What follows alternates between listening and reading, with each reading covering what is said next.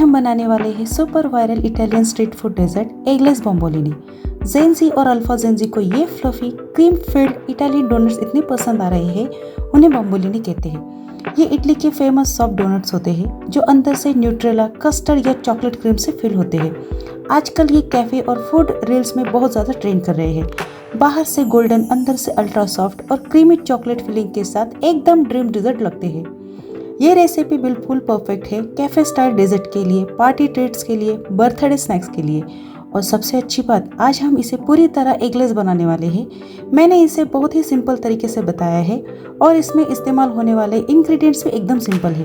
तो चलो शुरू करते हैं कैफे स्टाइल सॉफ्ट और फ्लफी बॉम्बोलिनी रेसिपी जो इटली में बहुत फेमस है। तो यहाँ पर सबसे पहले ईस्ट एक्टिव करना है। एक बाउल में ऐड कर देंगे 2 tablespoon sugar, 1 tablespoon instant east, half cup room temperature वाला दूध। दूध ज़्यादा गर्म नहीं होना चाहिए वरना ईस्ट ठीक से एक्टिव नहीं हो पाएगा। अब इसे धीरे धीरे अच्छे से मिक्स कर लीजिए और 5 से 10 मिनट के लिए ढक कर रेस्ट करने रख दीजिए। ईस्ट एक्टिव होने के बाद मिक्सचर बबल्स वाला और फोमी दिखने लगेगा। इसी से ये बॉम्बोलिनी एकदम सुपर फ्लफी बनते हैं। यहाँ पर अब लगभग 10 मिनट हो चुके हैं। यहाँ पर ईस्ट भी अच्छे से एक्टिव हो चुका है। आप देख सकते हैं कितना अच्छा और फ्लफी हो गया है।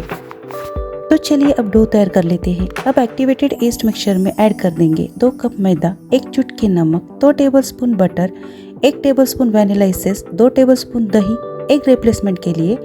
यहाँ पर मैं ग्रीक योगर्ट का इस्तेमाल कर रही हूँ। आप चाहे तो घर का दही भी इस्तेमाल कर सकते हैं। बस इस बात का ध्यान रखिए कि दही खट्टा नहीं होना चाहिए। इसे स्पैचुला की मदद से या हाथों से अच्छे से मिक्स करते हुए सॉफ्ट डो तैयार कर लीजिए। डो हल्का स्टिकी रहे तो बिल्कुल परफेक्ट है। इसे ज़्यादा ड्राई नहीं बनाना है। अब डो को 8 से 10 मिनट तक अच्छे से नीड कर लीजिए। अगर आप इसमें थोड़ा थोड़ा बटर डालते हुए नीड करेंगे तो डो ज़्यादा स्टिकी नहीं होगा और टेस्ट में भी एकदम बढ़िया आएगा। डो को अच्छे से नीड होना बहुत ज़रूरी है। आप चाहे तो बटर की जगह ऑयल का या घी का भी इस्तेमाल कर सकते हैं। बस डो अच्छे से नीड होना ज़रूरी है और फ्लफी बनना ज़रूरी है। इस बात का ध्यान रखिए। अच्छी तरह नीड करने से बॉम्बोलिनी अंदर से बिल्कुल कॉटन जैसे सॉफ्ट बनती है, एकदम क्लाउडी और फ्लफी बनके तैयार होती है। जब डो स्मूथ और इलास्टिक हो जाए तब उसके ऊपर हल्का सा ऑयल लगाकर उसे बाउल में ट्रांसफर कर दीजिए। अब डो को कवर करके किसी गर्म जगह पर 1 घंटे के लिए रेस्ट करने रख दीजिए। अभी गर्मी का मौसम है इसलिए डो जल्दी फूल जाता है, लेकिन सर्दियों में इसे 2 से 3 घंटे तक रखना पड़ता है। जब डो डबल साइज का हो जाए तब समझ जाइए कि प्रूफिंग बिल्कुल परफेक्ट हुई है। यहाँ पर 1 घंटा हो चुका है और हमारा डो भी अच्छे से फूल गया है। ये देखिए एकदम बढ़िया और फर्म हो गया है। आपको मैं दिखा रही हूँ, इसका टेक्सचर एकदम फर्मिंग वाला आया है।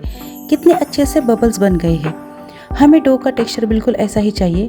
अब यहाँ पर डो को हल्का सा पंच करके हल्के हाथों से एक बार फिर से नीड कर लेना है और फिर डो को हल्का सा रोल कर लेना है। फिर राउंड कटर या नाइफ की मदद से अपनी पसंद के अनुसार छोटे छोटे डोनट शेप कट कर लीजिए। अब आपको एक एक पीस उठाकर नीचे की तरह अच्छी तरह से टक कर देना है ताकि जब आप इन्हें फ्राई करेंगे ना तब ये खुले ना। अब यहाँ पे जो मैं प्रोसेस दिखा रही हूँ ना, इसी तरह से अगर आप बॉम्बोलिनी बनाएंगे ना तो पहली बार में ही आप फटाफट से बना लोगे। आपको इसके लिए किसी भी तरह की ज़्यादा मेहनत करने का झंझट नहीं रहेगा। और इन्हें थोड़ा फ्लैट करके ही रखना है। इन्हें बिल्कुल बॉल की तरह गोल नहीं बनाना है क्योंकि बॉम्बोलिनी हल्के फ्लैट होते हैं, एकदम पूरी तरह से राउंड शेप में नहीं होते। अब इन्हें ट्रे या किसी फ्लैट सरफेस पर बटर पेपर बिछाकर रख देना है और ऊपर से कपड़े से कवर करके 20 से 25 मिनट के लिए सेकेंड प्रूफिंग के लिए रेस्ट करने दीजिए। इन्हें बटर पेपर पर थोड़ा थोड़ा दूरी पर रखना है ताकि एक दूसरे से चिपके ना। और हाँ, सबसे ज़रूरी बात, अगर आप इन्हें किसी कपड़े या सीधी प्लेट में रख देंगे ना तो बाद में इन्हें उठाना मुश्किल हो जाएगा। इस बात का ध्यान रखिए। यहाँ पर सेकेंड प्रूफिंग बहुत ज़रूरी होती है क्योंकि इसी से बॉम्बोलिनी का टेक्सचर एकदम फ्लफी और एयरी बनता है। यहाँ पर 20 से 25 मिनट हो चुके हैं और देखिए सारे बॉम्बोलिनी का साइज डबल हो गया है। तो बस अब बटर पेपर को कट करके इन्हें अलग अलग कर लेना है। अरे यार, ये तो यहाँ पे एक गलती हो गई। अब ये देखिए ये एक दूसरे से चिपक गए हैं, लेकिन कोई बात नहीं, इस एक को हम फिर से सेट होने के लिए रख देंगे। इतना तो चलता है। तो यहाँ पर मैंने सारे पीसेस अलग कर दिए हैं। अब बस इन्हें फ्राई कर लेना है। यहाँ पर मीडियम वार्म ऑयल में बॉम्बोलिनी को बटर पेपर के साथ डाल देना है और फिर बहुत आराम से बटर पेपर को निकाल लेना है और इन्हें फ्राई कर लेना है। ऑयल यहाँ पर बहुत ज़्यादा गर्म और ना ही ज़्यादा ठंडा होना चाहिए। एकदम मॉडरेट टेम्परेचर का ऑयल होना बहुत ज़रूरी होता है, तभी जाकर ये बॉम्बोलिनी अच्छे से फ्राई होते हैं। अब यहाँ पर बॉम्बोलिनी के ऊपर थोड़ा थोड़ा ऑयल डालते हुए इन्हें फ्राई कर लेना है जिससे अच्छे से पफ होकर फूल जाए। आप चाहे तो इन्हें बेक भी कर सकते हैं, ये पूरी तरह आपकी चॉइस है।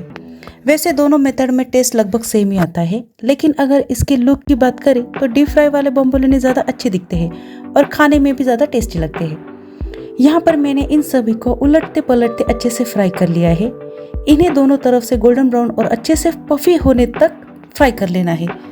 लेकिन गैस की फ्लेम हमेशा मीडियम ही रखनी है। अगर फ्लेम हाई रख दोगे तो बाहर से पफ हो जाएंगे लेकिन अंदर से कच्चे रह जाएंगे और फिर ये इतने अच्छे क्लाउडी और जालीदार नहीं बन पाएंगे। अब यहाँ पर सारे बम्बोलिनी बनकर तैयार है। इन्हें थोड़ा ठंडा होने देंगे। थोड़ा ठंडा होने के बाद आप इसके ऊपर कैस्टर शुगर से कोटिंग कर सकते हैं। ज़्यादा मीठा हो जाएगा इसलिए मैंने इसे सिंपल ही रखा है।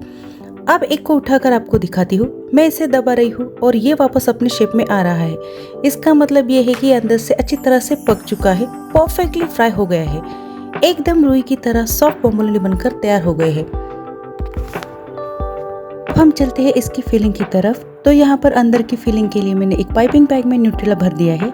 अब इसे हम इस तरह से बम्बोलिनी के अंदर अच्छी तरह से फिल कर देंगे। आप यहाँ अपनी पसंद के अनुसार न्यूट्रेला की जगह व्हिप क्रीम, बिस्कुट स्प्रेड या पिस्ता क्रीम भी फिल कर सकते हैं। एक एक पीस को इसी तरह न्यूट्रेला से भर देना है। जैसे ही फिलिंग बाहर आती है ना, ये एकदम वायरल कैफे स्टाइल डेजर्ट लगने लगता है कि कितने aesthetic Italian bakery types vibes आ रहे हैं। हमारे सारे सॉफ्ट फ्लफी और वायरल एगलेस इटालियन बम्बोलिनी बनकर तैयार है। ये इतने ज़्यादा सॉफ्ट बनते हैं कि एक बाइट लेते ही मुंह में घुल जाते हैं। आपको ये देखकर शायद यकीन नहीं हो रहा होगा कि इटालियन बम्बोलिनी घर पर बनाना इतना आसान है। इसके अंदर की फिलिंग मैं आपको दिखाती हूँ। एकदम अंदर तक न्यूट्रेला अच्छी तरह से फिल हुआ है और ये काफी ज्यादा फ्लफी बना है। आप देख सकते हैं इसका सुंदर जालीदार टेक्सचर, बिल्कुल पिलो की तरह एकदम सॉफ्ट ये बम्बोलिनी बनकर तैयार हुए हैं। मैं तो खुद को इसे खाने से रोक नहीं पा रही हूँ। अब मैं तो चली इसे खाने। आप भी इस वायरल इटालियन बम्बोलिनी रेसिपी को घर पर जरूर ट्राई कीजिएगा और कमेंट बॉक्स में बताना मत भूलिए कि आज की ये स्वीट इटालियन रेसिपी आपको कैसे लगी। अगर वीडियो पसंद आए तो लाइक, शेयर और चैनल को सब्सक्राइब जरूर कीजिएगा। मिलते हैं अगली टेस्टी रेसिपी के साथ।